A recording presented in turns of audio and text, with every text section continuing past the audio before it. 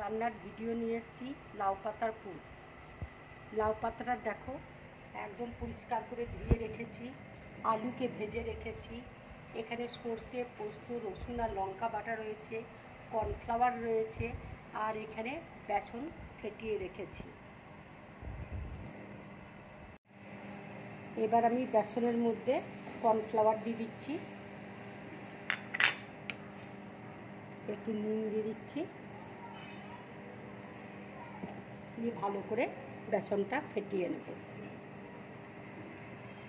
পাতাটা দেখো আমি নুন দিয়ে চটকে নিচ্ছি। নুন দিয়ে চটকালে পাতাটা পাতলা হয়ে যাবে।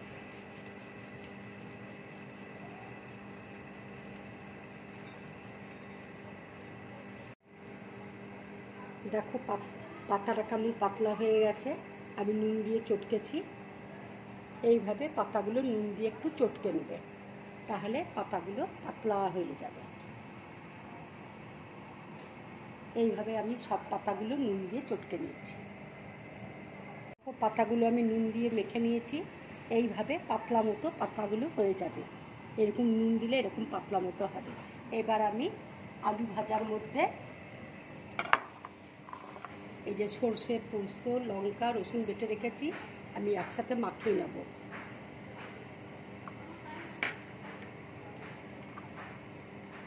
এবার আমি এর মধ্যে একটু নুন দিয়ে দিচ্ছি, একটু কাঁচা তেল দিয়ে দিচ্ছি। কাঁচা তেল দিলে ঝাঁঝটা ভালো হবে। তোমরা ইচ্ছে করলে পুরো সর্ষে দিয়েও বানাতে পারো।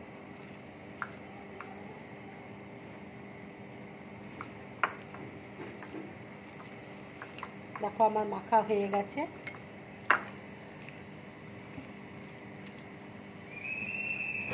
এবার আমি পাতার মধ্যে পুরটা ভরে দিচ্ছি।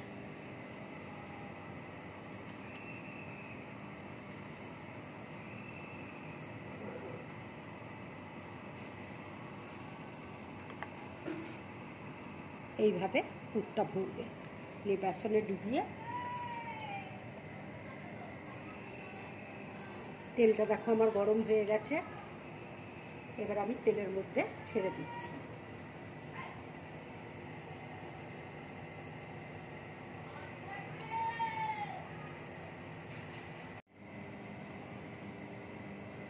এবার আমি পাতার মধ্যে পুরটা দিয়ে দিচ্ছি, ঠিক সেম একরকমভাবে পুরটা এইভাবে দিয়ে দেবো। বেসনে ডুবাবো।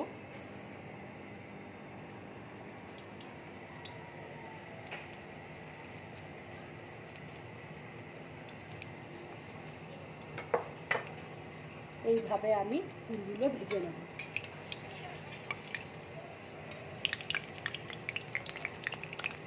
দেখো আমার লাউ পাতার পুরটা হয়ে গেছে, ভাজা হয়ে গেছে। এবার আমি প্লেটের মধ্যে তুলে নিচ্ছি। এইভাবে রান্না করবে, খুব ভালো লাগবে খেতে। এটা গরম ভাতের সাথে খাবে, খুব ভালো লাগবে। যদি আমার রান্নাটা ভালো লাগে লাইক করবে, শেয়ার করবে, আর ড্রিম ব্লগ চ্যানেলটাকে সাবস্ক্রাইব করবে। নমস্কার।